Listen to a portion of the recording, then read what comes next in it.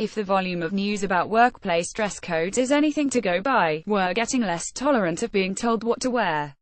Ever since Nicola Thorpe was sent home from her job at PwC in London for refusing to wear high heels last March, we've been quite prickly about it.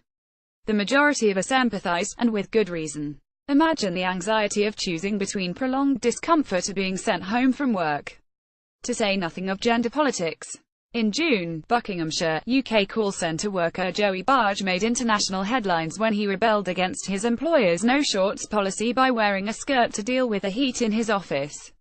His employers swiftly ditched the policy, but they'd already been without Joey's labour while he went home to change out of his shorts.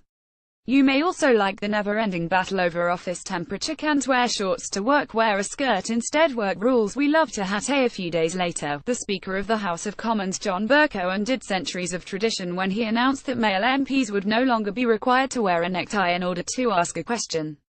Another arcane sartorial rule in the bin. In the United States, House Speaker Paul Ryan was forced to clarify the dress code of the Speaker's lobby after a female journalist was denied entry for the crime of having bare shoulders. Ryan instructed the House Sergeant-at-Arms, the official tasked with protocol enforcement, to modernize the policy. Appropriate attire. Allowing tireless men to speak may look like progress, but even in modernizing their policies, both Bercow and Ryan, effectively human resources managers for their respective institutions, referenced the importance of business attire. A recent study of 2,000 UK adults in full-time employment by fashion company Style Compare found that 8 in 10 of those surveyed went to work every day wearing what they were told to wear. 4 in 10 were required to wear business attire. If business attire made us more productive, Dress Down Friday would be an economic disaster for men. Business attire probably means a business suit, tie optional. But women receive no such certainty.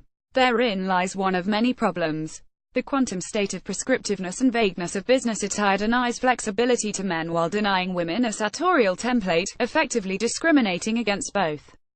That's before we even consider the challenges trans and gender non-conforming people face in meeting the definition. And all this anxiety for what? Of those surveyed, 61% said the dress code had no positive impact on their productivity, while 45% said they'd be more productive wearing what they felt most comfortable in. Of course, if business attire made us more productive, Dress Down Friday would be an economic disaster. The study also found that 12% of respondents considered quitting their job because of the dress code. That figure rose to 32% among people who work in call centers, like skirt rebel Joey Barge. Imagine the drop in productivity among people considering handing in their notice. More than 8,500 employee reviews posted in the last year on Glassdoor, a website for people to review previous employers, mentioned dress codes. Such a big fuss for so little, if any, benefit. Sartorial semantics. Defenders of old-fashioned dress codes worry how organizations are perceived when they relax their dress policy. UK MP Peter Bone warned that doing away with neckties made Parliament look like a county council. He might be right, but so what? When Australian Senator Darren Hinch fell asleep in Parliament, he was dressed statesmanlike in a suit and tie. After all, business attire can invoke perceptions of leadership and trust, or it can make you look overdressed and out of touch. T-shirts and hoodies can strike the wrong note too, but it hasn't diluted Mark Zuckerberg's image as a leader. Dress codes have persisted because of custom and practice reinforced by senior leaders who grow up with these norms. Dress codes have persisted because of custom and practice reinforced by senior leaders who grow up with these norms, with younger people inhibited to confront these norms. With younger leaders like Zuckerberg, old dress codes can disappear and new ones introduced. Ideally, we need flexible dress codes, what suits the individual, not the senior leader's predispositions. Clothes are laden with semantics, forcing people to dress in a way that conflicts with their self-image isn't healthy, whether that self-image is concerned with gender, competence, or simply being treated as a grown adult. Context matters and people tend to dress for their industry, but does it matter enough to make people want to quit their job? In July, Goldman Sachs relaxed its dress code for tech staff to attract computer engineers away from Silicon Valley, where every day is dress down day, yet productivity remains high. The company's share price didn't tank. In fact, it was $225 on the day the move was announced, and $232 almost a month later. Nothing bad happened. The week after Goldman relaxed its rules, Scottish National Party MP Hannah Bardell committed the biggest dress code transgression, even for a casual Friday, by wearing a football shirt in the House of Commons.